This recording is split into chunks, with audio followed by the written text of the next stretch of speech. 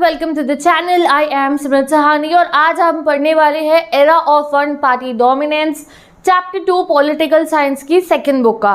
तो जैसे कि हम सेकंड बुक में इंडियन पॉलिटिक्स के बारे में पढ़े और पहले चैप्टर में आप चैलेंजेस पढ़ चुके हो जो हमने इंडिपेंडेंस के होते ही फेस करे। पार्टीशन फेस करा हमने प्रिंसली स्टेट्स को इंटीग्रेट करवाया और ऑर्गेनाइजेशन कराया सारी की सारी स्टेट की बाउंड्रीज का कल्चर और लैंग्वेज के बेसिस पे। याद आ गया? नहीं पढ़ा है चैलेंजेस ऑफ नेशन बिल्डिंग तो प्लीज़ पहले उसे पढ़ो। ये कॉन्टिन्यूटी में चैप्टर आपको समझ में आएंगे ज़्यादा अच्छे से। मैंने प्लेलिस्ट लगा दिया, मैं पूरी बुक 1 भी पढ़ा चुकी हूँ, बुक 2 भी हमारी चल रही है और बाकी ज्योग्राफी, हिस्ट्री, इकोनॉमिक्स सारी ही सब्जेक्ट्स मैं अपने चैनल पे पढ़ाती हूँ। ओके, तो आज इस चैप्टर में क्या पढ़ोगे? एरा मतलब क्या होता है? एक टाइम पीरियड, एक पूरा एरा मतलब कि kind of a very long time आप कह सकते हो। Era of one party dominance, एक पार्टी की डोमिनेंस के एरा के बारे में आप पढ़ने वाले हो कि लंबे समय तक हमारी कंट्री में ऐसा कब हुआ कि एक ही जो है पार्टी की यानी कि पॉलिटिकल पार्टी की डोमिनेंस यानी कि उसके मतलब दबदबा चलता रहा, यानी कि वो बार बार जीतती रही इलेक्शंस। कौन सी थी ये पार्टी? तो ये बात हो रही है हमारी जस्ट आफ्टर द इंडिपेंडेंस। जो हमारी कांग्रेस पार्टी है वो बहुत ज़्यादा डोमिनेंस में रही थी। रीजंस उसके बहुत सारे थे, वो आप जानोगे कि क्यों जो हमारे स्टार्टिंग के 3 जनरल इलेक्शंस हुए थे उसमें कांग्रेस बार बार क्यों जीत रही थी। यू विल नो कि अच्छा ये रीज़न था कांग्रेस की बार बार जीतने का। नेक्स्ट आप जानोगे कि कैसे आज के समय पे we are the largest democracy of the world. हमारी कंट्री में फ्री फेयर रूप में इलेक्शंस करवाए जाते हैं, हम अपने रिप्रेजेंटेटिव्स को चूज़ करते हैं। अभी रिसेंटली हमारी कंट्री में इतने लार्ज लेवल पे जो है इलेक्शंस कंडक्ट हुए हमारे सेंट्रल के, एंड वी गॉट आर जो है न्यू गवर्नमेंट ऑल्सो। ठीक है, तो अभी आप जानोगे कि कैसे हमारी कंट्री में पहली बार इलेक्शन हुआ था। गाइस कोई आसान काम नहीं था हमारी कंट्री के अंदर पहली बार इलेक्शन कंडक्ट कराना। जैसे तुम्हें होता है ना कि जब हम आगे बढ़ रहे होते हैं तो इधर उधर से आपको जो पीछे खींचने वाले लोग बहुत होते हैं, कोई कुछ बोलेगा कोई कुछ बोलेगा। तो ऐसे ही जब हम आगे बढ़ रहे थे अपने पॉलिटिकल स्ट्रक्चर में, हम खुद को बड़ी डेमोक्रेसी बनाने में लग रहे थे, तो हमारे को भी बहुत लोग कहते थे यार इस कंट्री में तो इतने लिटरेट लोग नहीं है, मतलब बहुत पढ़े लिखे लोग नहीं है, पॉवर्टी बहुत है, ये कैसे डेमोक्रेसी अच्छे से इस्टेब्लिश कर लेंगे, ये कैसे इलेक्शन करवा लेंगे। अभी इनका पार्टीशन हुआ है, अभी इतनी सारी स्टेट्स से इनकी डिमांड आई है कि कल्चर लैंग्वेज के बेसिस पे स्टेट्स बनाओ, कैसे ये लोग कर लेंगे अपना इतना बड़ा इलेक्शन, कैसे? बट हमने उन सबको गलत प्रूफ करके बढ़िया इलेक्शंस करवाए और स्टार्टिंग के 3 इलेक्शन में कांग्रेस की डोमिनेंस रही और धीरे धीरे वो भी बदला। बहुत ही बढ़िया चैप्टर है। If you want to understand the political structure तो आप इससे मतलब बढ़िया चैप्टर ही कोई नहीं कि आपको समझ में आएगा कि अच्छा पहले इलेक्शन ऐसे हुए थे। ये चीज़ बढ़िया है इसमें। You will get to know कि कैसे पहले ज़माने में वो बैलेट पेपर वाली वोटिंग होती थी ना, फिर ईवीएम्स कब आई, everything is given in this chapter. तो शुरू करते हैं। पहला आता है चैलेंजेस ऑफ बिल्डिंग डेमोक्रेसी। अब इसको चैलेंज क्यों लिखा है? हमने तो बहुत अच्छे से डेमोक्रेसी अडॉप्ट करी, तो गाइज इसको चैलेंज ऐसे लिखा है क्योंकि आपको पता है कि इंडिपेंडेंट इंडिया इमर्ज हुआ था बहुत ही चैलेंजिंग कंडीशन के अंदर, बहुत ही प्रॉब्लमेटिक पार्टीशन देखा, लैंग्वेजेस पे केसेस पे स्टेट बनाने की कैसे डिमांड आ रही है और वो प्रिंसली स्टेट का इंटीग्रेशन तो बाबा आदम का खेल था भैया।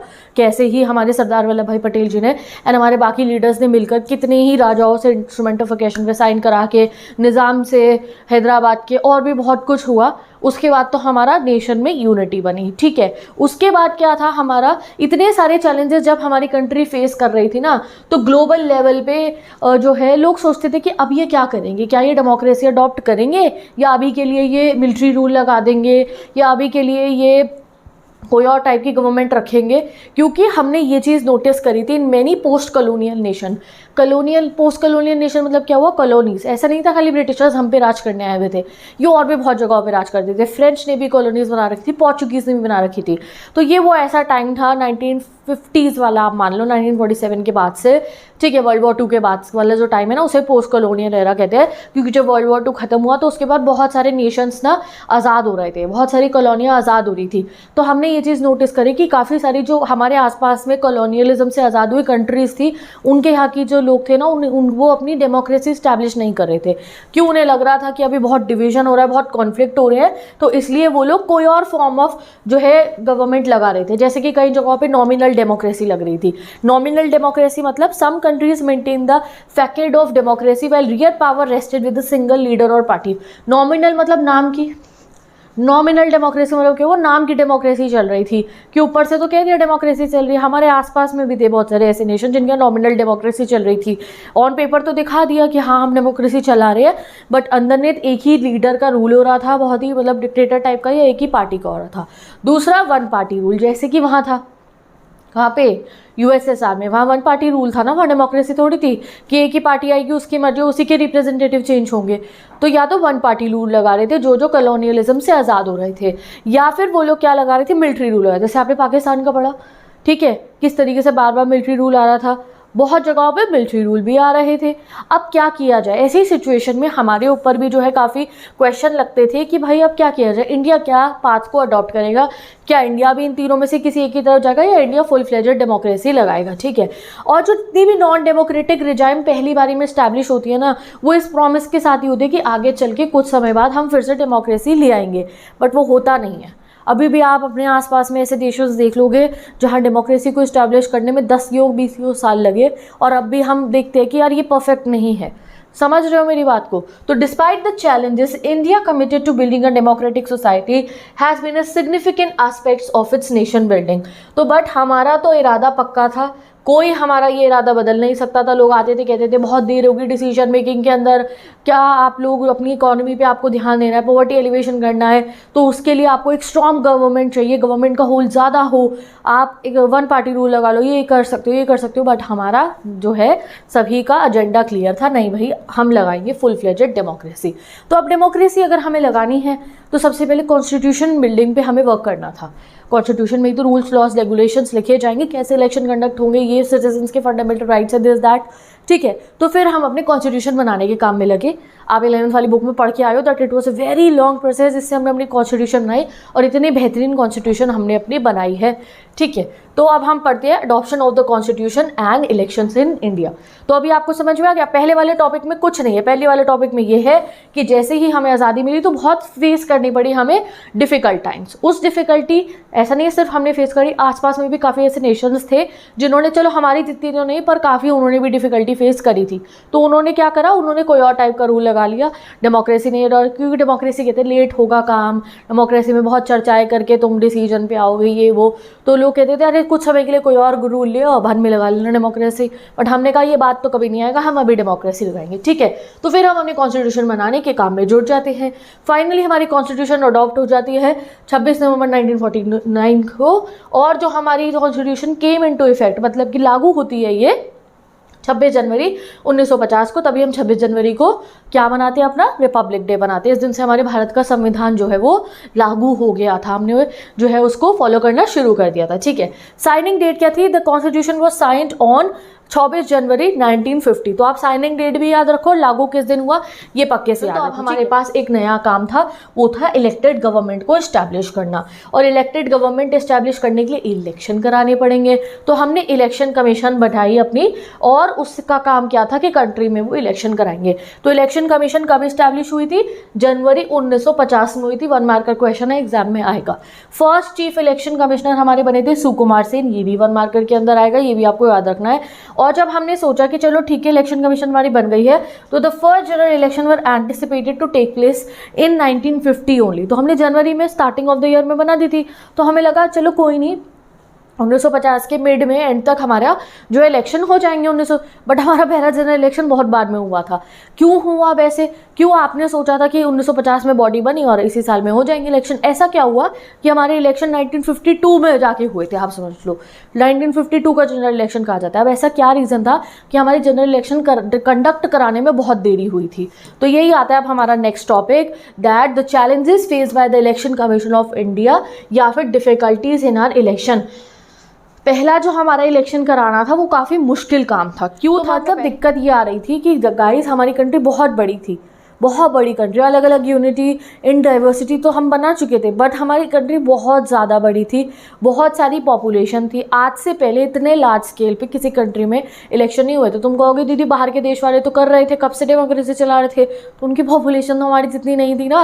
और दूसरी बात, हमारी कंट्री में कॉन्स्टिट्यूएंटीज़ का, हमारा जो कॉन्स्टिट्यूएंसीज होती हैं उनका डिमार्केशन करना था। आज के समय में आपको पता है ना, मेरी कॉन्स्टिट्यूएंसी से ये वाले लीडर्स रिप्रेजेंटेटिव आए हैं, इस कॉन्स्टिट्यूएंसी से ये आए हैं। आज के समय पर भी हैव मार्क्ड आवर कॉन्स्टिट्यूएंसीज, तब कॉन्स्टिट्यूएंसीज ही मार्क्स नहीं थी।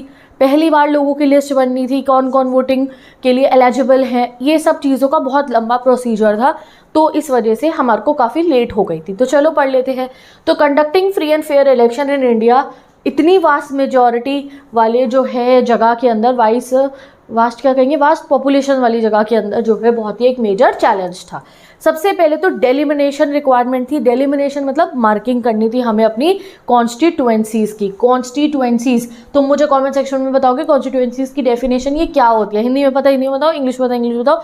पता तुम्हें है थोड़ा बहुत कि हाँ जब भी इलेक्शन होता है कॉन्स्टिट्यूएंसीज मार्क होती है और हर कॉन्स्टिट्यूएंसी से कुछ नंबर ऑफ लीडर्स खड़े होते हैं और हम उनको जो है रिप्रेजेंटेटिव खड़े होते हैं और हम उनको चुन के अपना लीडर बनाते हैं। बट इसको प्रॉपर वे में आपको मुझे बताना है इन द कॉमेंट सेक्शन, ठीक है।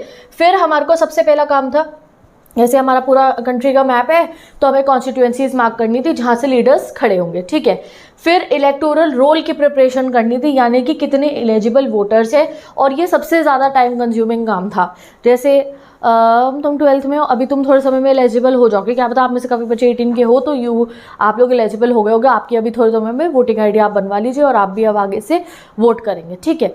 तो ऐसे ही होता है कि उस समय पे हमें अब ये चेक करना था, उससे पहले तो कभी इलेक्शन हुआ ही नहीं था, किसी के पास वोटिंग कार्ड्स ही नहीं थे, वोटिंग आईडीज़ नहीं थी, सॉरी। तो अब हमें वोटिंग लिस्ट बनवानी थी, वोटर्स कितने हैं हमारी कंट्री के अंदर, तो वो उसका हमने मेंशन करना, उसका हमने लिखना शुरू करा, हमने रिकॉर्ड बनाना शुरू करा।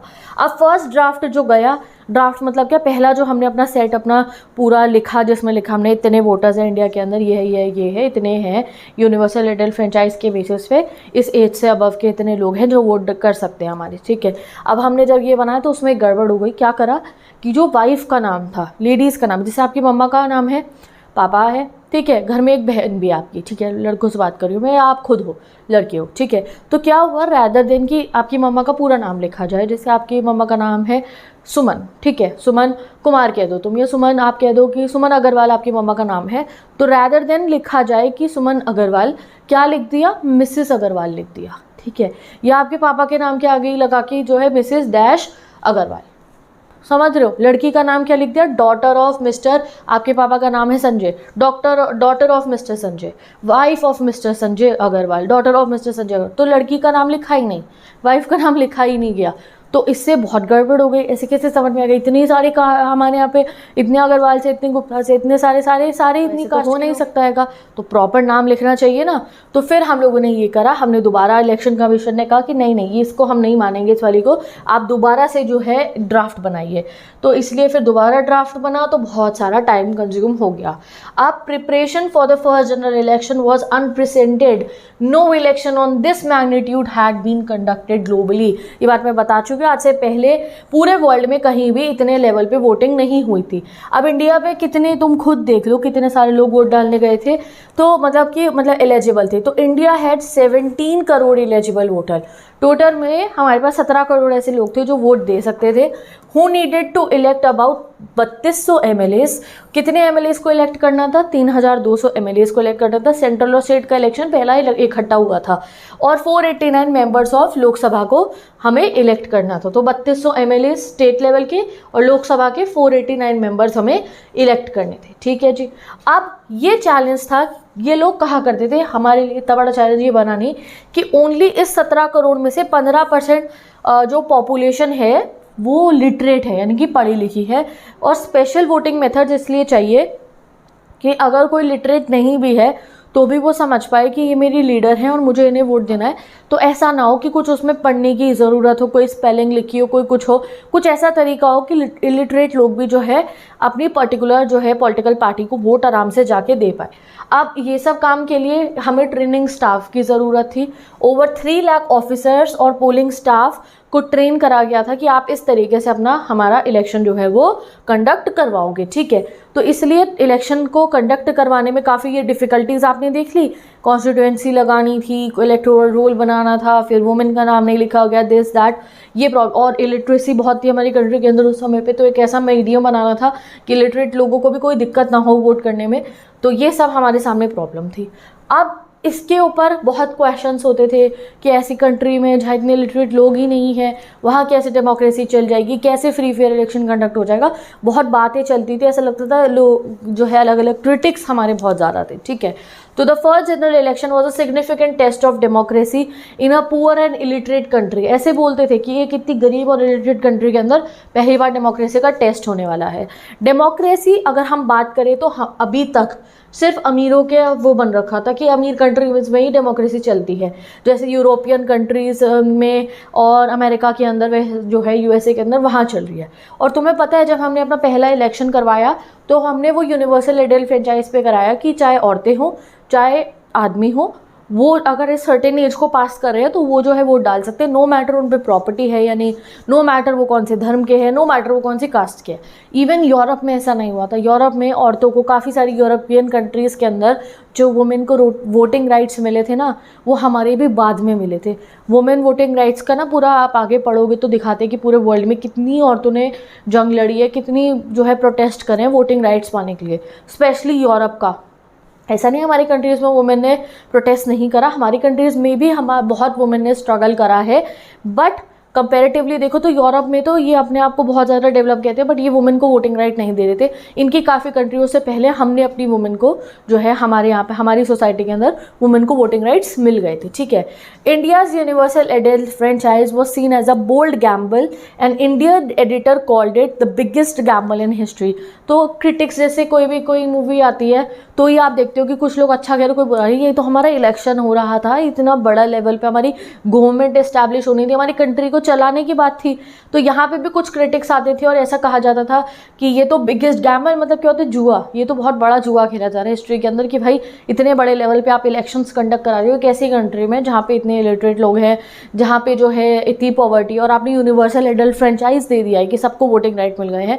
तो ऐसी बातें की जाती थी। तो काफ़ी स्केप्टिज्म मतलब होता है जब आपका जैसे किसी बात में आपको ना फुली बिलीफ ना हो, शंका आ रही हो मन के अंदर, यार नहीं ये तो पॉसिबल नहीं है, हल्का सा मान भी रहे हो नहीं भी आ रही, इसको हम स्केप्टिज्म कहते हैं। तो ऐसा बहुत कुछ होता रहता था। ब्रिटिश सिविल सर्वेंट्स भी बहुत कुछ कहते थे। देखो एक ब्रिटिश सर्वेंट ने कहा that it is absurd to record votes from millions of illiterate voters, कि भाई देखते हैं चलो क्या होगा, इतने सारे इलिटरेट वोटर्स जब वोट डालेंगे तो उसका रिजल्ट क्या आता है, चलो भाई देख लेते हैं क्या रिजल्ट आता है हमारा। तो हमारा फर्स्ट जनरल इलेक्शन को कहा जाता है 1952 का जनरल इलेक्शन। वो इसलिए कहा जाता है क्योंकि देखो कराने तो कंडक्ट 1950 में ही थे, बट 1952 का इलेक्शन क्यों कहा जाता है, क्योंकि 2 बार हमारे इलेक्शन पोस्टपोन हुए थे। तो एग्जाम में क्वेश्चन आ सकता है कितनी बार पोस्टपोन हुए थे, 2 बार हुए, देरियां आ रही थी, बट कोई बात नहीं। फिर हमारा जो इलेक्शन चला था वो चला था अक्टूबर 1951 से फरवरी 1952 तक। ये आपको याद रखनी होगी गाइस टाइमलाइन 1 मार्कर के लिए कि अक्टूबर 1951 से फरवरी 1952 तक हमारे इलेक्शन चले थे, इसलिए हम इसको रेफ़र कर देते हैं 1952 का इलेक्शन, ठीक है। ड्यूरेशन कितनी थी, 6, और ऐसा नहीं था जैसे इलेक्शन होते हैं तो आप देखते हो प्रचार होता है, पॉलिटिकल पार्टी उसकी ट्रक में रैली निकल रही होती है, बैनर्स लगे होते हैं, पोस्टर्स लगे होते हैं, टीवी पे भी, आजकल तो यूट्यूब पे भी एडवर्टाइजमेंट्स होते हैं, सारी पॉलिसीज़ अपनी बताते हैं जो है, जैसे जितनी भी पॉलिटिकल पार्टीज़ है आके कि इस साल हमारी ये, इस अगले सालों के लिए हमारा ये विजन है, हम ऐसा करेंगे ऐसा करेंगे। तो ये नहीं है कि वो तब नहीं हुआ था, तब भी बहुत लार्ज स्केल पे जो है 6 मंथ्स तक कैंपेनिंग हुई थी, फिर पोलिंग हुई और फिर काउंटिंग हुई, बहुत अच्छे तरीके से तब भी इलेक्शन कराए गए थे। कंपटीशन की बात करें तो पर सीट पे ऑन एवरेज 4 कैंडिडेट थे फाइट करने के लिए, यानी कि तुम्हारे शहर की जो एक सीट है या तुम्हारे एरिया की जो एक सीट है, तुम्हारी स्टेट की जो एक सीट है, तो उसमें कम से कम 4 लोग थे लड़ने वाले उस सीट के लिए, ठीक है। More than half of the eligible voters turned out, यानी कि ऐसा नहीं है कि जो एलिजिबल वोटर्स है वोट डालने ही नहीं गए। कई कंट्रीज़ में ऐसा होता है कि वोटर्स अपना वोट डालने नहीं जाते हैं, हमारे यहाँ नहीं हुआ, लोग बहुत एक्साइटमेंट के साथ वोट देने जाते हैं। मोर देन हाफ जो है वोटर्स वो वहाँ जो है वोट डालने पहुंचते हैं। रिजल्ट को सभी ने एक्सेप्ट करा कि हाँ फेयर है, कोई गलत, कोई झोलबाजी नहीं हुई है इसके अंदर, सबने कहा कि फेयर इलेक्शन है हमारा, कोई पार्शियलिटी नहीं हुई है, कोई टैक्टिक्स नहीं लगाए गए इस रिजल्ट में। इवन जो लूजर्स थे, जो हार गए, जो क्रिटिक्स थे, सबने कहा बिल्कुल सही इलेक्शन हमारे हुए हैं। तो फिर जब हमने जो है इतना बढ़िया काम करके दिखा दिया कि बढ़िया इलेक्शन हो गए, तो टाइम्स ऑफ इंडिया ने कहा that polls confounded scepticism of adult franchise, कि जितने स्केप्टिज्म हमारे लिए हो रहे थे हमने उन सबको डिसएग्री कर दिया। और द हिंदुस्तान ने प्रेस करा कि किस तरीके से हमारे यहाँ पे जो है इलेक्शन ये कंडक्ट कराए गए हैं, ये हिस्ट्री का एक बहुत बड़ा लैंडमार्क है। और ग्लोबल इम्पैक्ट की अगर बात करें तो हमने पूरी दुनिया को प्रूव कर दिया था कि डेमोक्रेसी एक ऐसी चीज़ है जो तुम सोचते हो कि खाली अमीर और प्रॉस्परस कंट्रीज और लिटरेट चला सकते हो, तो ऐसा नहीं है। इनफैक्ट हम आज तक उनसे बढ़िया डेमोक्रेसी जो है, हम लार्जेस्ट डेमोक्रेसी बन चुके हैं। तो ये चीज़ हमने प्रूव कर दी थी कि नो, इट डजेंट मैटर कि आप अमीर हो तो ही आप डेमोक्रेसी चला सकते हो। उस समय पे हम क्योंकि बहुत पॉवर्टी में थे, ब्रिटिशर्स ने बहुत सारा, अगर आप इंडियन इकोनॉमिक डेवलपमेंट है आपके पास, you are opted for eco, तो आप उसमें पढ़ोगे कि कितना इन्होंने हमारा नुकसान कराया था। ठीक है, तो मैं वो भी पढ़ाती हूँ, तो डिस्क्रिप्शन बॉक्स में लेंगे मैंने, you can go and study. तो चलो, जैसे भी करके हमने सबको तो रॉन्ग प्रूव कर ही दिया। तो अब पता चल गया तुम्हें इलेक्शन कैसे हुए। दिस वॉज द मोस्ट, मतलब आप कह सकते हो interesting part of this chapter. आगे का भी इंटरेस्टिंग है, बट वो बहुत मतलब जानना कि कैसे पहले इलेक्शन हुए थे। अब हम बात करते हैं कि पहले इलेक्शन में जीता कौन, तो ऑब्वियसली कांग्रेस जीती थी। अब पहले क्या, दूसरे इलेक्शन में भी कांग्रेस जीती थी और तीसरा जो इलेक्शन हुआ उसमें भी कांग्रेस जीती थी। तो लगभग तुम मान लो 1952 वाले इलेक्शन से लेकर, मैं तुम्हें डेट अभी पहले ही बता देती हूँ, 1952 वाले इलेक्शन से लेकर 1962 तक, यानी कि जब तक हमारा थर्ड इलेक्शन हुआ, तीनों में ही कांग्रेस जीत रही थी। अब इसी वजह से आपके चैप्टर का नाम है era of one party dominance. And आपसे ये पूछा गया है कि क्यों भैया बार बार कांग्रेस जीती गई थी। इस पे क्वेश्चंस बन गए and you will know why Congress was winning. ठीक है, चलो पढ़ते हैं। तो reason for Congress dominance in the first 3 general election की अगर हम बात करें, तो सबसे पहले, ये एग्जाम में डायरेक्ट क्वेश्चन आएगा, ये मैंने पॉइंट्स बना रखे हैं। कितने पॉइंट्स है देख लो, 1 2 3 4 5 6 7, यही नंबर का क्वेश्चन आएगा। ये क्वेश्चन आएगा, मैंने क्वेश्चन फॉर्म में लिखा है, ऐसे लिख देंगे, what was the reason for Congress dominance in first 3 general election. फिर तुम्हें ये स्टेटमेंट लाइन लिखनी है, reason for Congress dominance in first 3 general election. ये तुम्हारे पॉइंटर्स हो गए। एंड अगर इस वे में तुमने आंसर प्रेजेंट कर दिया तो तुम्हारा नंबर डिडक्ट नहीं हो सकता। बहुत अच्छे से अगर आप ऐसे वे में प्रेजेंट कर रहे हो अपने आंसर को, तो कोई ऐसा नहीं है कि आपको कीवर्ड भी बहुत ज़्यादा हाई कीवर्ड दिख रहे हैं इसके अंदर, ये रहा कीवर्ड का ही हमने जो है पॉइंट बना दिया है। एंड अगर आपने ऐसे आंसर करा, you will get full marks. ना रट्टाफिकेशन करने की ज़रूरत पड़ेगी, पैराग्राफ रट रहे हो बैठ के, नहीं, समझ लो, ये नोट्स मैं प्रोवाइड कर तो नहीं हूँ फ्री में इंस्टाग्राम के ऊपर, वहाँ से जाके स्क्रीनशॉट लो, प्रिंट आउट निकलो, पढ़ो। ठीक है, बस यही करना है आपको। चलो, इंडियन नेशनल कांग्रेस की अगर हम सबसे पहले एक्सपेक्टेड विक्ट्री की बात करें, तो वो इसलिए थी क्योंकि जो है लेगेसी थी हमारे कांग्रेस के पास में। लेगेसी मतलब होता है जो बहुत समय से आपके पास ये चीज़ आती जा रही है। तो कांग्रेस को इनहेरिट करी थी कांग्रेस ने नेशनल मूवमेंट की legacy, and was the only party with a country wide organisation. तो जब आपने जो है हमारे इंडियन नेशनल मूवमेंट्स के बारे में पढ़ा, चाहे वो डांडी मार्च हो, चाहे वो हमारा सिविल डिसोबीडियंस, चाहे वो रॉलेट सत्याग्रह था हमारा, जितनी बार हमारे जितने भी अंग्रेज़ों भारत छोड़ो वाले जो हमारे आंदोलन हुए थे, क्विट इंडिया मूवमेंट हुआ, क्विट इंडिया मूवमेंट 2 हुआ, जितने भी थे, civil disobedience movement, non cooperation movement, हर एक मूवमेंट पे आपने सुना होगा कि फोरफ्रंट पे कांग्रेस थी। तो जब भी कोई प्रोटेस्ट होता है तो एक पार्टी होती है जो उसे आगे बढ़ा रही थी, और हमारी कंट्री में वो पार्टी कब थी, तो ब्रिटिशर्स के ज़माने से कांग्रेस थी। एंड उस समय में जनता का जो एक रिप्रेजेंटेटिव थी वो बस कांग्रेस ही थी। ठीक है, कांग्रेस ने ही हमारे नेशन वाइड लेवल पे सारे के सारे प्रोटेस्ट को जो है संभाला था, लॉन्च कराया था, ब्रिटिशर्स के साथ डील करना। ठीक है, तो ये सब चलता रहता था, और कांग्रेस ही उस समय पे एक ऐसी पार्टी थी जिसकी पकड़ पूरे कंट्री के अंदर थी। बाकी पार्टीज थी, ऐसा नहीं है उसके साथ में बाकी पार्टीज थी, बट एक स्टेट के अंदर क्यों गई कि एक स्टेट के अंदर कांग्रेस की जो डोमिनेंस थी वो पूरे वर्ल्ड में, तब वर्ल्ड क्या कह रही हूँ, पूरे कंट्री के अंदर हमारी तभी से थी जब से अंग्रेज हमारे पे राज कर रहे थे, और हम उनके लिए जो है, जब उन्हें भगाने के लिए हम अलग अलग प्रोटेस्ट लॉन्च करते थे। नेक्स्ट जो जवाहरलाल नेहरू जी को बोला गया कैरिस्मेटिक लीडर, तो मतलब जो जवाहरलाल नेहरू जी से, उनसे ना लोग बहुत कनेक्ट करते थे, क्योंकि फ्रीडम स्ट्रगल के दौरान जो है लोग उन्हें देखते थे, अपनी बातें बताते थे। तो फ्रॉम दैट टाइम ओनली जो है लोगों का बहुत ना मन में विश्वास था जवाहरलाल नेहरू जी के लिए। ठीक है, तो Jawaharlal Nehru the party's popular leader campaign intensively across the nation. फिर इन्होंने कैंपेनिंग भी बहुत करी, यानी कि वो जो रैलीज वगैरह होती है बहुत अच्छे से पूरे इंडिया के अंदर उन्होंने रैलीज करी। फिर इलेक्शन का जो रिजल्ट आया हमारे पास बहुत फेयर आता है, कांग्रेस मेजॉरिटी से जीत जाती है। 364 ऑफ द 489 सीट्स जो है कांग्रेस जीत जाती है, और सिग्निफिकेंटली बाकी पार्टीज हार जाती हैं। जो कम्युनिस्ट पार्टी ऑफ इंडिया थी वो खाली 16 सीटें जो है वो जीत पाती है। तो ये आपको याद रखना है, पहले वाले इलेक्शन के रिजल्ट में कांग्रेस ने कितनी सीटें जीती, 364 ऑफ द 489 सीट्स, और कम्युनिस्ट पार्टी ने इसमें कितनी जीती थी, कुल 16 सीटें। ठीक है, अब स्टेट इलेक्शन की बात करें, क्योंकि लोकसभा के इलेक्शन और स्टेट इलेक्शन इकट्ठे समय पर हुए थे, तो स्टेट इलेक्शन भी जो है लोकसभा इलेक्शन के साथ में ही हो गए थे, और कांग्रेस ने यहाँ पे भी जो है बहुत अच्छे तरीके से मेजॉरिटी विन कर दी। यानी कि हर स्टेट में तो अगर तुम जाओगे तो वहाँ भी कांग्रेस की सरकार, सेंट्रल में भी कांग्रेस की सरकार, ऐसा हो रहा था, accept Travancore Kochan, Madras and Orissa. इसको छोड़कर बाकी सब ज़्यादातर जगहों में तो यही जीत गई थी हमारी कांग्रेस ही। Congress eventually form the government in the states too, but बाद में इवेंचुअली मतलब आगे चल के इनमें भी बनाई थी, वो आप पढ़ोगे कैसे बन गई थी, बट हाँ इनमें नहीं आई थी फर्स्ट टाइम में। चलो ओवरऑल डोमिनेंस की अगर हम बात करें तो Congress party ruled at both national and state level. तो ऐसा हो गया था अगर कोई इंडिया में आएगा और वो देखेगा कि तुम्हारे यहाँ कौन सी सरकार है, कौन सी पॉलिटिकल पार्टी, हो कहेगा वो कांग्रेस। तुम्हारे स्टेट में कैसी है, वो भी कांग्रेस। तो इंडिया में चाहे स्टेट हो चाहे ज़्यादातर जो सेंट्रल में तो जीती गई थी कांग्रेस, ज़्यादातर हर स्टेट में कांग्रेस रूल ही था। अब हम थोड़ा और डिटेल में इस इलेक्शन के रिजल्ट को जो है गाइस वो समझने वाले हैं। तो the Congress party dominated the electoral landscape during the 1952 to 62। अब आपको उसमें तो खाली पहले वाले इलेक्शन का रिजल्ट पता है ना, अब आगे वाले इलेक्शंस का बता रहे हैं। इन द सेकंड की अगर हम बात करें, सेकंड इलेक्शन कब हुआ 1957 में, ठीक है। थर्ड इलेक्शन कब हुआ 62 में, +5 कर दो ना इसमें +5, बट हर एक में मत कर लेना, इमरजेंसी भी बीच में लगी थी हमारे। तो फर्स्ट 3 का आपको याद रखना है कि 1952 में फर्स्ट हुआ, 57 में सेकेंड हुआ, थर्ड हुआ 1962 में। तो हमारे जनरल इलेक्शन होते हैं 3/4 of the Lok Sabha seats with no opposition party achieving 1/10 of that number. तो बहुत अच्छे तरीके से कांग्रेस इन तीनों इलेक्शन में जीती थी। 3/4 ऑफ द जो लोकसभा की सीटें जीतती जा रही थी with no opposition achieving even 1/10 of that number, और कोई अपोजिशन इसके कंपटीशन में खड़ी ही नहीं हो पा रही थी। अब अगर स्टेट लेवल की बात करें तो while Congress generally control state governments, it did not achieve a majority in some cases. अब एक केस ऐसा है जहाँ पे कांग्रेस मेजॉरिटी नहीं जीत पा रही थी, वो है हमारा केरला का।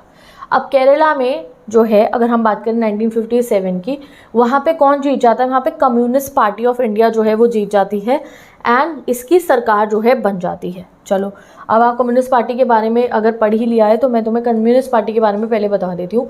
जो ये कम्युनिस्ट पार्टी केरला के अंदर जीतती है, तो जो हमारा समझ लो सेकेंड टाइम जो इलेक्शन हुए थे मार्च 1957 में स्टेट लेवल पे, तो उसमें जो है कांग्रेस पार्टी नहीं जीतती है केरला के अंदर। कौन सी पार्टी जीतती है, कम्युनिस्ट पार्टी ऑफ इंडिया जीतती है। ये 60 सीटें जीत जाती हैं आउट ऑफ 126, और जो है ये पहले डेमोक्रेटिकली इलेक्टेड कम्युनिस्ट गवर्नमेंट बनती है इंटायर वर्ल्ड की। तो it is a very big important question, चाहे सीयूईटी हो, चाहे आपके बोर्ड एग्जाम में हो, चाहे किसी भी कॉम्पिटिटिव के लिए, कि पूरे वर्ल्ड में पहली डेमोक्रेटिकली इलेक्टेड कम्युनिस्ट गवर्नमेंट कौन सी थी, वो थी हमारी केरला की, जो 1957 के इलेक्शंस में बनी थी। यानी कि अभी हमेशा जब भी कम्युनिज्म आता था ना, तो वो कैसे आता था कि कुछ लोगों ने रेवोल्यूशन करा और कम्युनिज्म एस्टैब्लिश कर दिया। लोगों ने अपनी मर्जी से कम्युनिस्ट लीडर को वोट दिया, ये पहली बार हुआ था। तो इट हैपेंड इन केरला, ठीक है। लीडर कौन थे इस समय पे कम्युनिस्ट पार्टी को जो लीड करे थे, EMS Namboodiripad. Leader of the CPI was invited by the governor to form the ministry, ठीक है जी। तो इनको इनवाइट करा गवर्नर ने कि आप मिनिस्ट्री को जो है ज्वाइन करो, फॉर्म करो पूरी। चलो कांग्रेस का रिएक्शन क्या हुआ। अब जब कांग्रेस हार गई, भाई केरला में हार गई Congress party launched a liberation struggle. तो यहाँ से थोड़ा मिसयूजल ऑफ पावर आप देख सकते हो हुआ कि जब फ्री फेयर तरीके से अगर कम्युनिस्ट पार्टी जीत गई है तो अब कांग्रेस ने उसमें इंटरवीन करना शुरू कर दिया। डेमोक्रेसी का मतलब है आप इंटरवीन नहीं करोगे। कांग्रेस ने कहा कि जो कम्युनिस्ट पार्टी ऑफ इंडिया है वो जो है कुछ जो है ऐसे जो है कुछ फ्रेमवर्क, ऐसे कुछ प्लान्स लागू करेंगे जो अच्छा नहीं है हमारी कंट्री के लिए। कुछ ऐसे प्रोग्राम्स वो लाने वाले जो केरला के सिटीजन्स के लिए, मतलब इट्स नॉट वेरी अप्रोप्रिएट। तो उन्होंने liberation struggle against the CPI government लगा दिया कि अब नहीं, हम इन लोगों को बचाएंगे। लिबरेशन स्ट्रगल मतलब वी विल सेव देम, ठीक है, हम यहाँ के लोगों को बचाएंगे। Claiming it was supported by vested interest and religious organisations, ठीक है। क्या करते हैं कांग्रेस ने, क्या करा कांग्रेस ने 1959 के अंदर Congress led central government dismiss the CPI government in Kerala under article 356 of the constitution. तो कांग्रेस ने क्या करा, यहाँ पे इमरजेंसी रूल लगा दिया। आर्टिकल 356 मतलब होता है इमरजेंसी रूल। अगर इमरजेंसी रूल लग जाता है तो मतलब कि जो प्रेजेंट गवर्नमेंट है वो हट जाएगी और प्रेसिडेंट का रूल आ जाएगा। और प्रेसिडेंट रूल मतलब आप मान लो कि वहाँ पे एक तरीके से जो है सेंटर का ही रूल चला जाएगा और वो अपने हिसाब से जो है संभालेंगे। इमरजेंसी बहुत अलग टॉपिक है, आप आगे पढ़ने वाले हो। तो मतलब वहाँ पे जो free fair elected state government थी उसे हटा दिया कि ये नहीं करेंगे हम, यहाँ पे जो है आर्टिकल 356 के तहत जो है उन्होंने इमरजेंसी लगवा दी। तो 1959 के अंदर Congress led central government dismiss the CPI government in Kerala under article 356 of the constitution, a move that sparked controversy. और इससे बहुत कंट्रोवर्सी हुई एंड ये मिसयूज ऑफ द कॉन्स्टिट्यूशनल की इमरजेंसी पावर देखा गया। कि भाई ये तो बहुत बड़ा मिसयूज़ हुआ है पावर का, कि अगर एक स्टेट के अंदर एक पार्टी जीती है फ्री फेयर वे में तो आप उन्हें ऐसे नहीं हटाना चाहिए। ठीक है जी, चलो अब आगे बढ़ते हैं। अब ऐसा कहा जाता है कि ये जो कांग्रेस आप सोच रहे हो 3 जनरल इलेक्शन में जीती, ये जो विक्ट्री है ना, ऐसा नहीं है कि सारे वोट कांग्रेस को ही मिल रहे थे, और हर बार ऐसा नहीं होता है जो हमारी मेजॉरिटी पार्टी होती है उसे ही सारे वोट मिलते हैं, नहीं।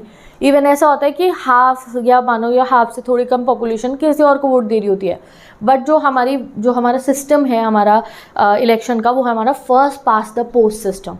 जो सबसे करीब पहुंच जाता है, first pass the post system, आप 11 में पढ़ के आए हो, first pass the post system में जो मेजॉरिटी के सबसे करीब पहुंच जाता है हम उसको ही जिता देते हैं।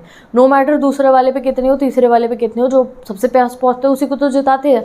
तो यही चीज़ आप इसमें पढ़ने वाले हो, that Congress dominance was amplify क्यों होती है, जैसे वो एम्पलीफायर होता है ना, आवाज़ को और ज़्यादा इंक्रीज एनहांस कर देता है। तो कांग्रेस की जो डोमिनेंस थी वो एनहांस हो रही थी बाय द इलेक्टोरल सिस्टम, जो हमारा इलेक्टोरल सिस्टम है उससे।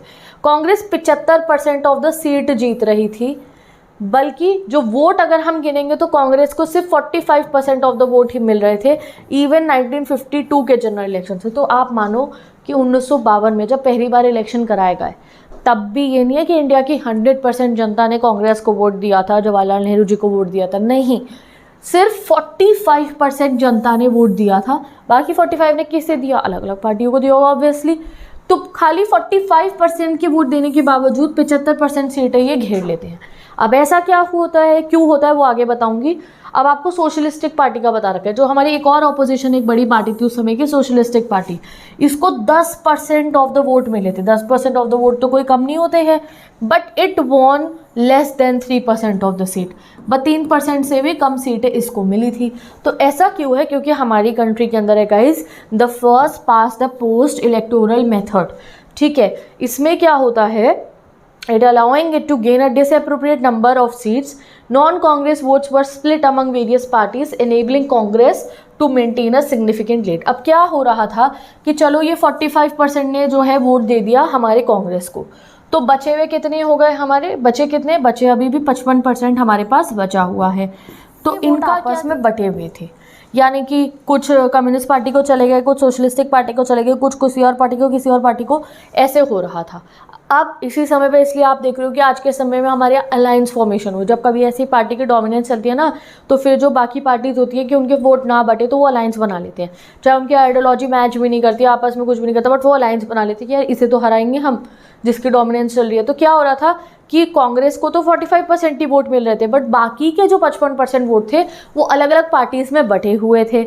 अब जब वो बट जाते हैं तो मेजॉरिटी तो कोई भी उनमें से गेन नहीं कर पाया, मेजॉरिटी किस पे चली गई, कांग्रेस पे चली गई। तो ये हमारा एक इलेक्शन सिस्टम है। अगर आपको first pass the post system अच्छे समझ में नहीं आ रहा तो मैं अभी टाइम वेस्ट नहीं करूँगी पढ़ा के तुम्हारा, तुम 11th का भी मैं पढ़ा रखा है, सारे चैप्टर्स को वहाँ पर समझा रखा है, वहाँ से जाके आप आराम से पढ़ सकते हो, मैं लिंक कर दूँगी डिस्क्रिप्शन में उस वीडियो को। ठीक है, चलो, वैसे इतना कुछ डीप में आपको पढ़ने की जरूरत नहीं, यू नो इतनी तो हमें पता ही है वी आर क्लास 12 स्टूडेंट की कैसे हमारे यहाँ पे जो मेजॉरिटी होती है जो बना लेती है वो सरकार बन जाती है, बाकी वालों के जो है वोट स्प्लिट हो जाते हैं। अब कई बार वो स्प्लिट होने के बाद अलायंस भी बना लेते हैं अपना, बट ज़्यादातर स्प्लिट ही हो जाते हैं। ठीक है, चलो जी अब आगे देखते हैं। अब हम कम्युनिस्ट विक्ट्री इन केरला तो आप पढ़ ही चुके हो। अब नेचर ऑफ कांग्रेस की डोमिनेंस को हम और थोड़ा डेप्थ में स्टडी करेंगे। तो भाई चलो कि ये जो कांग्रेस की डोमिनेंस हो रही थी, अब क्या हुआ हमारी कंट्री के अंदर, ऐसा लगता था कि वन पार्टी रूल बन गया है। वन पार्टी रूल मतलब यार 3 जनरल इलेक्शन हो गए, एक ही पार्टी जीते जा रही है, एक ही पार्टी जीते जा रही है, तो ये अनफेयर लगता है। अगर आप देखोगे ना ऊपर से तो कहोगे यार ये कैसी डेमोक्रेसी, एक ही पार्टी बार बार जीते जा रही है, बट हमारे यहाँ ऐसा नहीं था। हमारे यहाँ फ्री फेयर वे में इलेक्शन हो रहा है, अपोजिशन को पूरी चांस मिल रही है कि आप प्रोपेगेंडा करो, आप अपनी जो है पॉलिसीज़ दिखाओ, आप कैंपेन करो, सब उनको जो है चांस मिल रहा था, फिर भी कांग्रेस जीत रही थी। तो इसलिए इंडिया का जो वन पार्टी डोमिनेंस था वो डिफरेंट था। बाकी कंट्रीज़ में जब जो आया हमारा वन पार्टी डोमिनेंस तो वो नॉन डेमोक्रेटिक रूल था, जैसे कि चाइना में, कुबा में और सीरिया में वन पार्टी डोमिनेंस कॉन्स्टिट्यूशन में लिखा है कि एक ही पार्टी रहेगी, जैसे सोवियत यूनियन में हुआ था ना वैसे ही। इफेक्टिव वन पार्टी स्टेट्स की अगर हम बात करें, म्यांमार, बेलारूस, इजिप्ट और एरिट्रिया, ये इंपॉर्टेंट वन पार्टी डोमिनेंस है। 2 ये जो है चलती है लीगल और मिलिट्री मेल से, यानी कि इनके जो इलेक्शन कंडक्ट कराए जाते हैं वो लीगली और मिलिट्री का बहुत दबदबा रहता है इनके अंदर, ठीक है जी।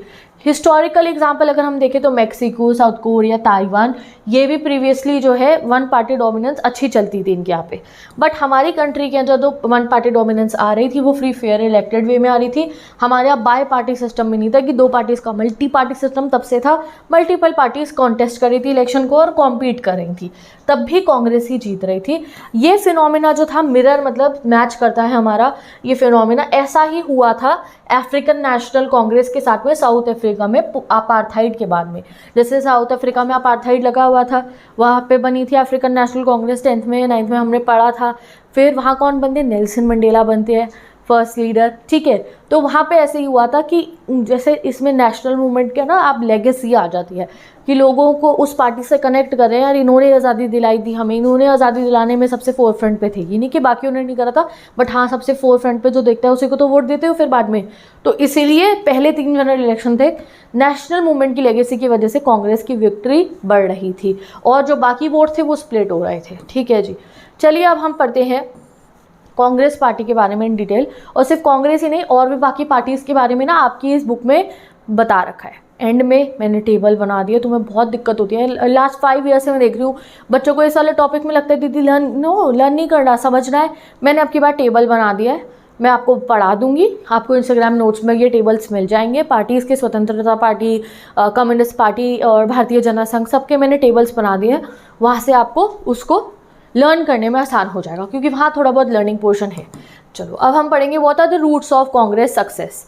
तो फिर से उसी बात को हम डिफाइन करेंगे विद इन द 5 पॉइंट्स कि कांग्रेस की इतनी तेज़ी से जीत की 3 जनरल इलेक्शन तक, वन पार्टी डोमिनेंस जैसा लुक हो गया था हमारे जो है इलेक्शन, जो हमारी डेमोक्रेसी का इन इलेक्शन से, तो उसकी रीज़न क्या था। तो what are the roots of Congress success, तो आपको पता है legacy of the freedom struggle में, अब मैं पूरा रीड नहीं कर रही, तुम्हें पता है लेगेसी थी फ्रीडम स्ट्रगल की, जीत रही थी कांग्रेस इसलिए क्योंकि लोग कनेक्ट करते थे फ्रॉम द ब्रिटिशर्स जब हमारे पे राज कर रहे थे उस ज़माने से, ठीक है। तो फ्रीडम स्ट्रगल में इतना पार्टिसिपेशन था, वेल ऑर्गेनाइज पार्टी। अब दूसरा था कांग्रेस बहुत ऑर्गेनाइज थी। Bye the time other party started planning their strategy, इतनी ऑर्गेनाइजेशन स्ट्रक्चर बहुत स्ट्रॉन्ग था, ऐसा नहीं था खाली फ्रीडम स्ट्रगल की लगी थी, कांग्रेस बहुत बढ़िया तरीके से काम करती थी कि अभी बाकी ऑपोजिशन पार्टीज बैठ के सोचेंगे अच्छा ये स्ट्रैटेजी बनाते हैं, ऐसे हम लोग अपनी कैंपेनिंग करेंगे, ये पॉलिसीज़ रखेंगे। कांग्रेस अपना इलेक्शन कैंपेन लॉन्च करके रैली करना भी शुरू कर दिया करती थी। टाइमिंग की अगर हम बात करें तो many political parties were formed only around the time of independence. अब टाइमिंग भी वही है कि कांग्रेस तो इंडिपेंडेंस से पहले 1885 में बन गई थी कांग्रेस तो, और बाकी जो हमारी पॉलिटिकल पार्टीज़ बनी वो कब बनी, वो इंडिपेंडेंस के बाद में बननी शुरू हुई 47 के बाद में, ठीक है। नेशन वाइड प्रेजेंस थी कांग्रेस की, ठीक है, नॉर्थ साउथ ईस्ट वेस्ट चारों तरफ कांग्रेस फैली हुई थी। ऑल इंक्लूसिव नेचर था। अब सबसे इंपॉर्टेंट चीज़ ये है कि स्टार्टिंग में ऐसा होता था कांग्रेस के अंदर कि खाली अमीर, रिच और इंग्लिश स्पीकिंग एलाइट्स जो होते थे ना उनकी मेंबरशिप थी। धीरे धीरे जैसे जैसे हमारा वो चला ना civil disobedience movement, non cooperation movement, ये मूवमेंट वो मूवमेंट हमारे अंग्रेज़ों भारत छोड़ो के, तो उसमें किसने पार्टिसिपेट करा था, आम जनता ने। खाली जो बड़े लीडर्स थोड़ी थे, आम जनता जब मिली पूरे इंडिया की तभी तो भागे थे ये ब्रिटिशर।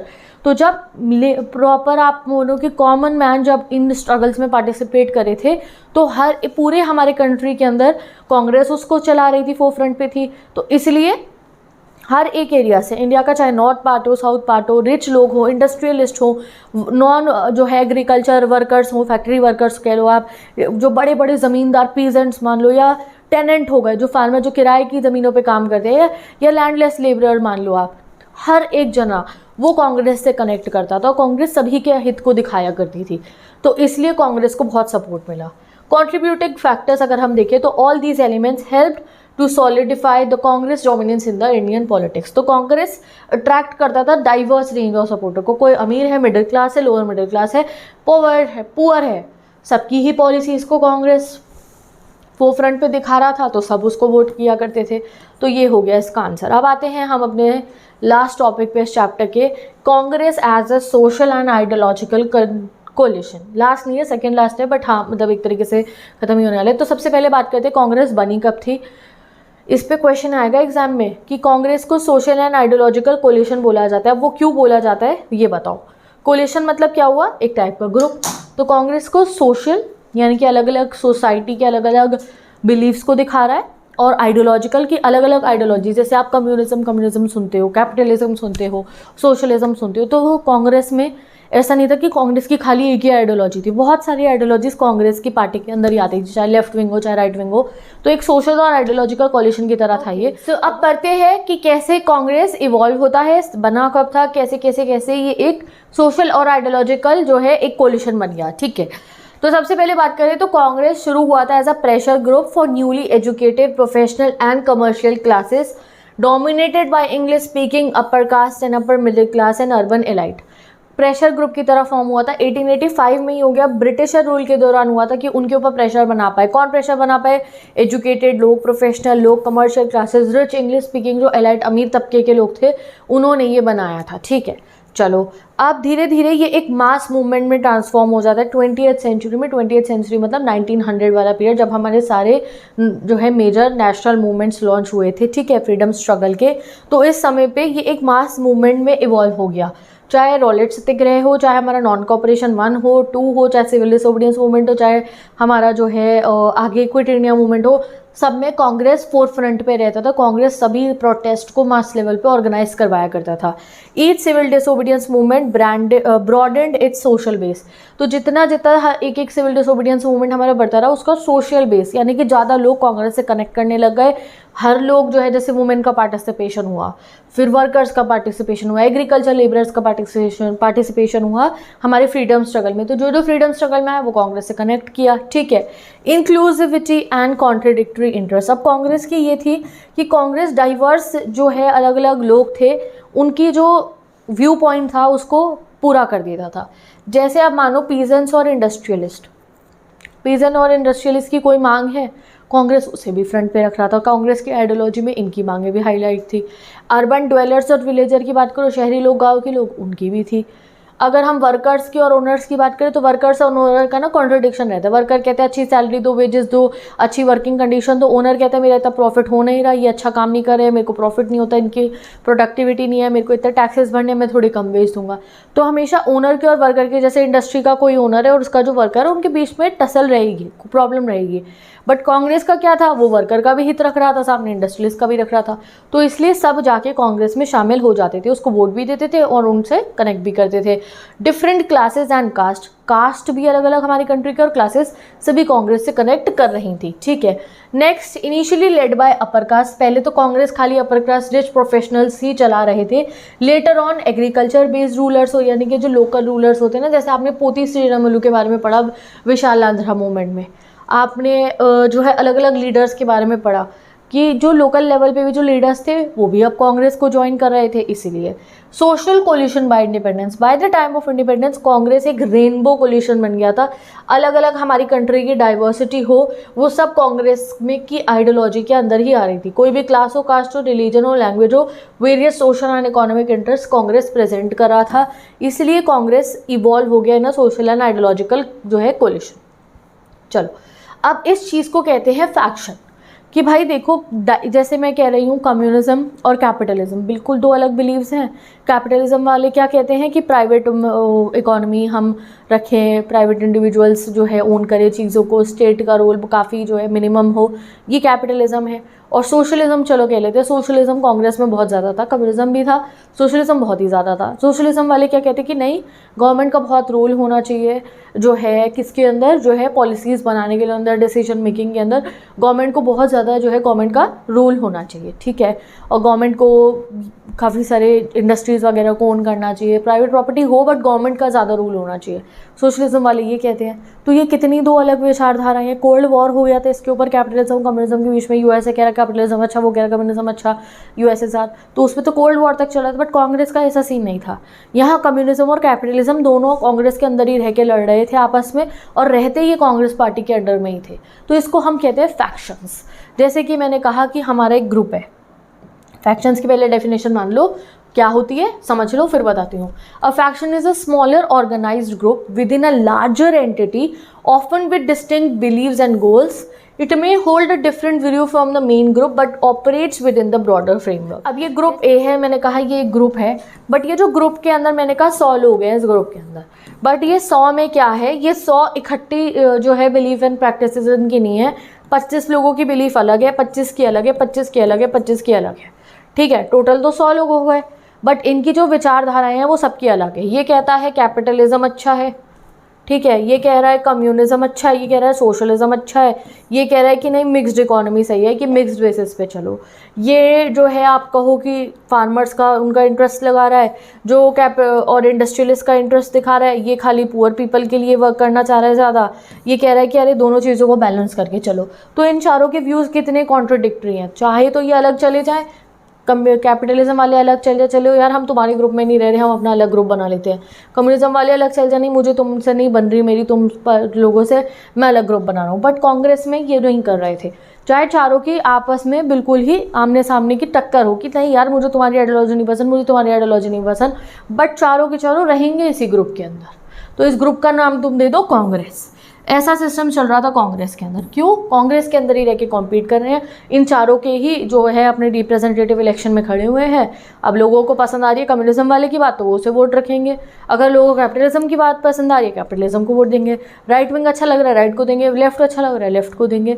तो रैदर देन कि इन्होंने क्या करा कि अलग पार्टी जाके ऑपोजिशन बनाए अपना, कांग्रेस के अंदर ही ऑपोजिशंस बैठी हुई थी. कांग्रेस के अंदर ही इंटरनली अलग अलग ग्रुप्स थे जिनकी अलग अलग विचारधारा थी. आज के समय पे ऐसा नहीं है. आज के समय पे जो है आप कहोगे आप इस वाली आइडियोलॉजी में बिलीव करते हो तो ये पार्टी है, इस आइडियोलॉजी में बिलीव करते हो तो ये पार्टी है. तब क्या था, जितनी भी आइडियोलॉजीज थी सभी कांग्रेस के अंदर रहती. अब ऐसा नहीं था, हमारे पे एक अलग से भी कम्युनिस्ट पार्टी थी, अलग से भी बाद में सोशलिस्टिक पार्टी बनी, बट कांग्रेस के अंदर ही जब सारी बिलीव्स हो रही थी तो लोग कांग्रेस को ही वोट दे दिया करते थे.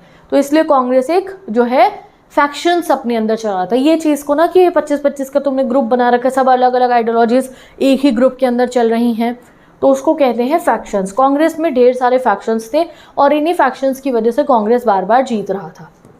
So now we will study again the Congress as a ideological coalition with factions. ठीक है, तो many groups merge their identity within Congress. मैं ये तुम्हें सब हिंदी में समझा चुकी हूँ, बस अब हम इंग्लिश में रीड कर रहे हैं. Others continue to exist as separate entities within the party, maintaining their distinct belief. कि कम्युनिज्म वाला कम्युनिज्म की बिलीफ मेंटेन करे, कैपिटलिज्म वाला कैपिटलिज्म, बट रहे इनके अंदर ही रहे हैं. कांग्रेस चाहे पैसिफिस्ट हो, चाहे कंजर्वेटिव हो, चाहे रेडिकल हो, चाहे एक्सट्रीमिस्ट हो, चाहे मॉडरेट हो, चाहे representing right wing, left wing या सेंट्रिस्ट व्यू, सभी कांग्रेस के अंदर ही ग्रुप्स बना के काम कर रहे थे. These factions coexisted under the Congress umbrella, making it broad ideological coalition. तो अगर कोई सोच रहा है यार मैं तो कंजर्वेटिव्स के साथ हूँ, तो वो भी कांग्रेस को वोट दिखा रहे. कांग्रेस में भी तो बैठे कंजर्वेटिव्स. अगर कोई कह रहा है यार नहीं मैं तो एक्सट्रीमिस्ट हूँ, मेरे को एक्सट्रीम मेजर्स चाहिए भैया इकोनॉमी डेवलप करने के लिए, कुछ करने के लिए तगड़े मेजर्स चाहिए मेरे को, तो वो कहेगा अरे एक्सट्रीमिस्ट लीडर तो कांग्रेस में भी है, चलो इन्हीं को वोट देते. तो ऐसा सीन चल रहा था. ठीक है, अब ये काम कांग्रेस ने खुद से करा था. फंक्शन ऐसा करा कांग्रेस ने अपना कि ये एक प्लेटफॉर्म बन गया वेरियस ग्रुप के लिए, इवन पॉलिटिकल पार्टीज के लिए. Congress allow faction to exist with their own constitution and organisational structure. मतलब कि कांग्रेस ने इवन ये जो 25-25 मैंने ग्रुप बनाया, तो इन सबकी अपनी अपनी एक, जैसे पार्टी की तो एक कॉन्स्टिट्यूशन रूल्स रेगुलेशन फ्रेमवर्क होती है, ये अपने अपने भी फैक्शंस अपनी अपनी कॉन्स्टिट्यूशन अपनी अपनी फ्रेमवर्क इन्होंने बना रखे थे रह के कांग्रेस के अंदर ही. Some faction remained part of Congress while maintaining their individual identity. जैसे कि Congress socialistic party functioned as a faction with Congress but eventually separated and became a opposition party. अब ये तुम बताओगे कौन सी पार्टी जो है opposition पार्टी बनी थी. कांग्रेस के अंदर कांग्रेस सोशलिस्टिक पार्टी नाम का एक फैक्शन चलता था.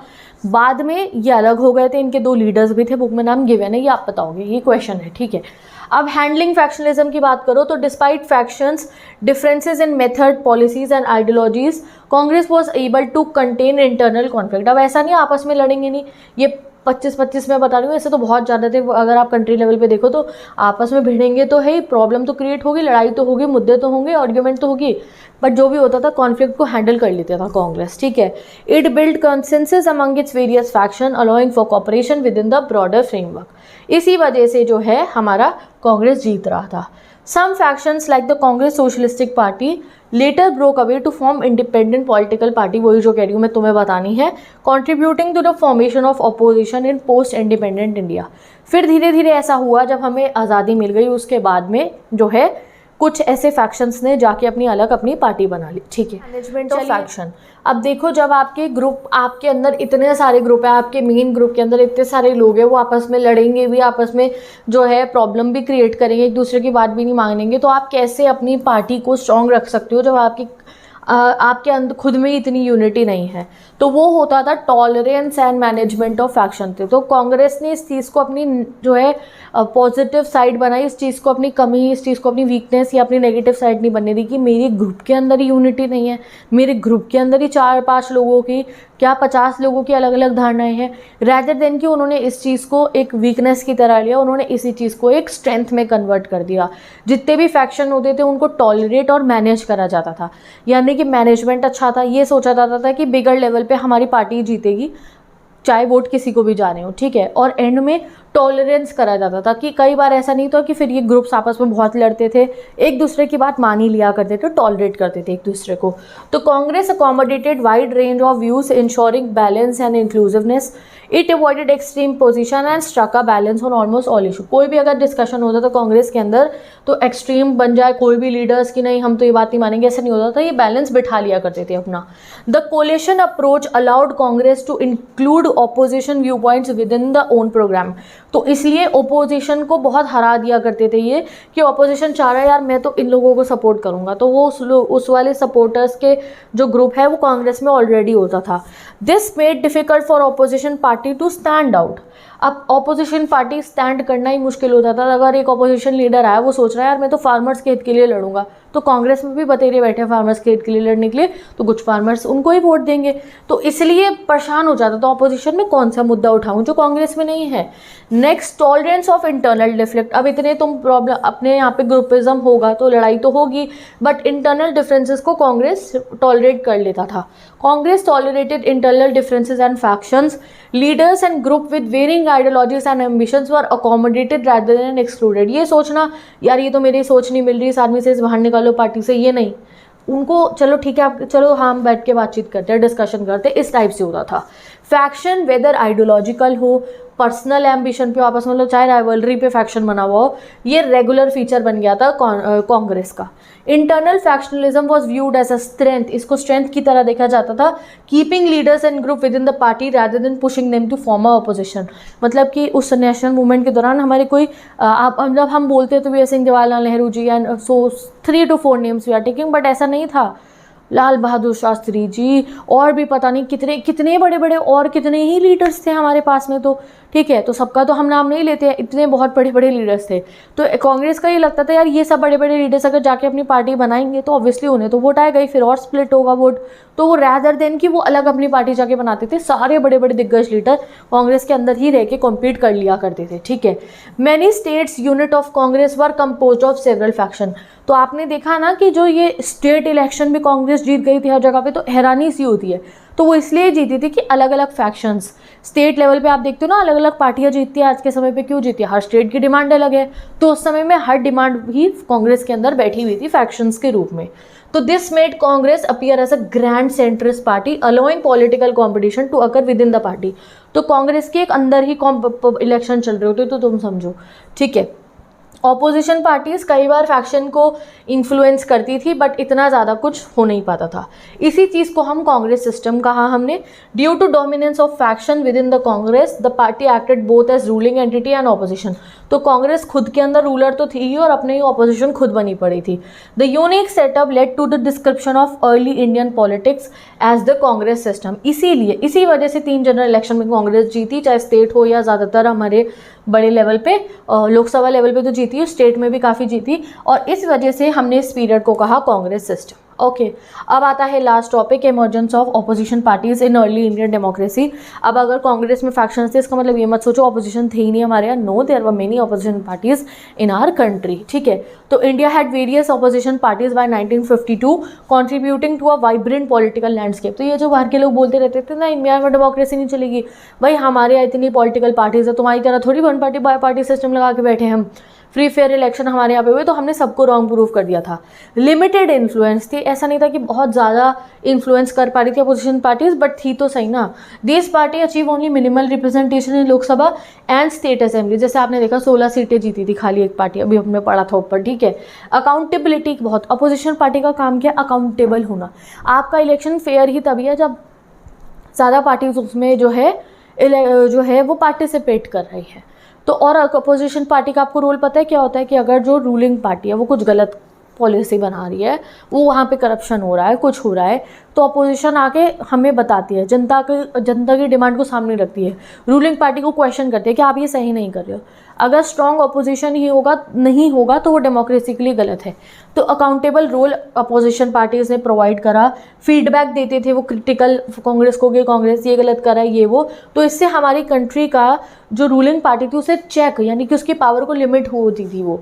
अब स्ट्रॉन्ग अपोजिशन होना डेमोक्रेसी के अंदर, आज के समय पे भी वी हैव स्ट्रॉन्ग अपोजिशन, तो ये हमारे लिए अच्छा है कि रूलिंग पार्टी तो है ही तगड़ी बट अपोजिशन भी स्ट्रॉन्ग है। अगर कोई रूलिंग पार्टी ऐसी काम कर रही है जो हमें पसंद ना हो या हमारी कंट्री के लिए सही ना हो, अकाउंटेबल ना हो, पॉलिसीज़ हमें चेंज करवानी है, तो जनता तो बोलती है बट अपोजिशन भी खड़े होकर फिर बोलती है, तो उसका बहुत इफेक्ट पड़ता है।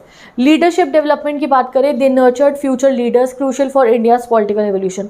तो अब ऐसा तो नहीं होगा ना हमेशा वन पार्टी डोमिनेंस चलाते रहते तो आज हम लार्जेस्ट डेमोक्रेसी थोड़ी होते। तो ऑपोजिशन इमर्ज होने से न्यू जो लीडर्स थे वो नर्चर हुए और आके उनकी इतनी बड़ी बड़ी पार्टीज बनी, ठीक है। रिस्पेक्टफुल रिलेशन होते थे। अगर पहले ज़माने में जो कांग्रेस हो गया, जो अपोजिशन पार्टीज़ होती थी ना, जो उनकी लीडर्स होते थे, आपस में बहुत म्यूचुअल रिस्पेक्ट होती थी, बहुत रिस्पेक्ट करते थे सब एक दूसरे की, ठीक है। और इसके ऊपर एक दो लाइन आपको बाद में और बताऊंगी। और इसी तरीके से हमारा पॉलिटिकल कंपटीशन ऑपोजिशन की वजह से इंक्रीज़ होता रहा। स्टार्टिंग में तो रिस्पेक्टफुल रिलेशन होते थे, फिर धीरे धीरे रिस्पेक्टफुल रिलेशन डिक्लाइन होने लग गए, पॉलिटिक्स, कॉन्फ्रंटेशन, आर्ग्यूमेंट ज़्यादा होने लग गई।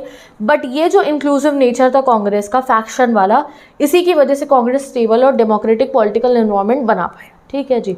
अब वो मैं बताती हूँ तुम्हारे को, ये बता रखा है आपको जो हमारे जो है ना ये वो मैंने आपको बताया ना कि जो रिस्पेक्टफुल रिलेशन होते थे, तो उसका आपको बता रखा है कि पता है आपको, स्टार्टिंग में जब हमारी इंटरिम गवर्नमेंट चली थी, इंटरिम गवर्नमेंट थी, तब डॉक्टर अंबेडकर जैसे लीडर, श्यामा प्रसाद मुखर्जी जी और बाकी भी बहुत सारे हमारे लीडर्स, वो सब सेम गवर्नमेंट के अंदर थे, मिलके हमारे लिए रूल्स बना रहे थे, ठीक है। तो सोशलिस्टिक पार्टी के लीडर थे उस समय पे जयप्रकाश नारायण जी। तो जवाहरलाल नेहरू जी उनसे इतने एडमायर करते थे उन्होंने उन्हें कहा था कि आप हमारी कैबिनेट आके ज्वाइन करो। धीरे धीरे पॉलिटिकल रिलेशंस और ये रिस्पेक्टफुल रिलेशन डिक्लाइन होने लग गए। अब ये जो पूरा आपने इस चैप्टर में पढ़ा, तो ये हमारी कंट्री का एक यूनिक फेज था जब कांग्रेस की डोमिनेंस चली। This period was marked by Congress inclusive nature. क्यों हो रही थी कांग्रेस की डोमिनेंस? क्योंकि कांग्रेस का इंक्लूसिव नेचर था, नेशनल मूवमेंट की एक लेगेसी थी और सब लोग कांग्रेस में खुद को कहीं ना कहीं ढूंढ लिया करते थे। अच्छा, ये वाली आइडियोलॉजी है, ये भी है, ये भी है, ये भी है, इस तरीके से। फिर धीरे धीरे आने वाले चैप्टर्स में आप पढ़ोगे कि कैसे हम कांग्रेस की डोमिनेंस से बाहर निकले और कैसे अलग अलग आगे चल के हमारे यहाँ पार्टीज फोरफ्रंट पे आई, ठीक है। अब आपको ये मैंने यहाँ पे टेबल बना दिया, ये रहा कम्युनिस्ट पार्टी ऑफ इंडिया का टेबल। यहाँ पे कम्युनिस्ट पार्टी ऑफ इंडिया का फॉर्मेशन कब हुआ? बोल्शेविक रेवोल्यूशन है, जो बोल्शेविक रेवोल्यूशन हुआ था ना रशिया में, उससे थे। पहले तो ये कांग्रेस के अंदर ही काम करते थे until 1941, supporting British during the world war 2 even. फिर बाद में ये अलग हो जाते हैं। पार्टी स्ट्रक्चर की बात करें तो स्ट्रॉन्ग ऑर्गेनाइजेशन थी इनकी इंडिपेंडेंस के टाइम पे। पोस्ट इंडिपेंडेंस की बात करें तो question India's true independence led unsuccessful violent uprising in Telangana, ठीक है। अब इलेक्शन पार्टिसिपेशन की बात करें तो ये इलेक्शन को 1951 में ज्वाइन करा। 16 सीटें इन्होंने पहली जनरल इलेक्शन में आंध्र प्रदेश, वेस्ट बंगाल, बिहार और केरला में जीत ली थी, ठीक है। की लीडर्स कौन थे इनके? AK गोपालन, EMS नंबूद्रीपद, ठीक है, ये इनके की लीडर्स थे। अब ये कम्युनिस्ट पार्टी स्प्लिट हो जाती है 1964 में। आप आगे पढ़ोगे चाइनीज इन्वेजन के बाद में चैप्टर नंबर 4 में CPI और CPI-M में ये स्प्लिट हो जाती है क्योंकि इनके अंदर आइडियोलॉजिकल डिफरेंसेस थे सोवियत वाले और चाइनीज़ पॉलिसीज़ के।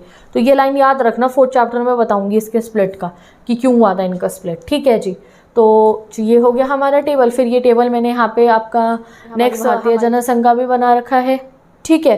तो ये सारे मैंने नोट्स बना दिए हैं, ये आपको मिल जाएंगे, आप रीड ही करना है इसमें गाइस आपको। अब एक चीज़ और है, इस पे क्वेश्चन आ सकता है, changing methods of voting in India. तो पहले जनरल इलेक्शन में हमारे बैलेट बॉक्सेस यूज हुए थे for each candidate. Voter drop blank ballot paper into the box of their chosen candidate, ठीक है। तो अलग अलग बैलेट बॉक्सेस थे और जो भी जिसको आप वो पसंद थे उनके उसमें जो है voter drop the blank ballot papers into the box of their chosen candidate. ठीक है, जिसके में ज़्यादा थे मतलब वो उस तरीके से फिर कैलकुलेशन हो जाती है। 51 से 52 तक ये चला। फिर आया ballot paper method. Ballot paper method में क्या हुआ, वोटर को बैलेट पेपर मिलता था, कैंडिडेट का नाम होता था और उसका सिंबल होता था, और उनका जो है marking their choice with a stamp, और स्टैम्प लगा देते थे, इसको वोट दिया उसका स्टैम्प लगा दिया। 1952 से लेट 1997 मैंने भी जो है मतलब आप देखोगे मैं बैलेट पेपर की अगर फोटो मिलेगी तो मैं लगाऊंगी, इस तरीके के बैलेट पेपर पे ऐसे यूं स्टैंप लगा दिया जाता था। अब इलेक्ट्रॉनिक वोटिंग मशीन आ गई है। Introduction of EVMs allowing voters to cast their votes electronically. अब वोटर्स इलेक्ट्रॉनिकली वोट कास्ट कर सकते हैं, वो पूरा आपने ईवीएम तो देखी रखी होगी। Introduce in the late 1990s, fully adopt 2004 से ईवीएम हमारे यहाँ पे हो चुकी है। विद दिस गाइस ये चैप्टर हमारा फुली कंप्लीट होता है। मैं मिलूंगी आपसे नेक्स्ट वीडियो में, और नोट्स मैंने लिंक कर दिया डिस्क्रिप्शन बॉक्स में, go and check the notes. Bye bye.